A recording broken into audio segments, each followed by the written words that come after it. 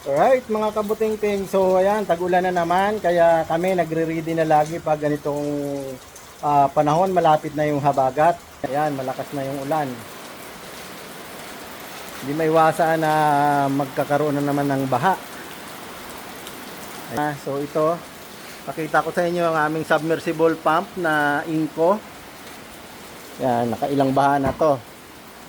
So nire-ready lang namin pag ganitong mga panahon na malakas ang ulan dahil malaking tulong to sa amin. Ganito lang siya, kaya ng isang tao bitbitin. So nakaabang na yan, meron siyang floater switch, pwede nyo ilagay sa butas para pag may tubig automatic siya magbubukas. Ito kasi yung ano ng submersible pump, ang purpose ng floater switch yan, pag tumaas to ibig sabihin malalim yung tubig. So, automatic yan ihigop sa palabas. Tatapon sa mga nakaabang natin ng mga pipe.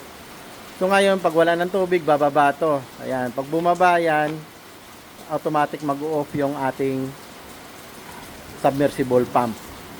So, maganda to. May ganito, may floater switch para hindi kailangan i-manual. Para kahit wala kayo sa bahay, malakas man ang ulan, automatic na siya na maghihigop palabas kung saan nyo itatapon yung tubig. So ito mga kabuting-ting, nilubo na natin yung ating submersible pump. Ayan na siya. Kung napapansin nyo, lumutang to yung floater switch niya dahil maraming tubig. Ayan. So ang senaryo niyan, kapag naubos na tong tubig, bababa to, automatic na siya mag-off yung ating submersible pump. Ayan, pag isaksak yan, automatic yan, bubulwak na. So, lalayo lang ako kasi baka mabasa ako.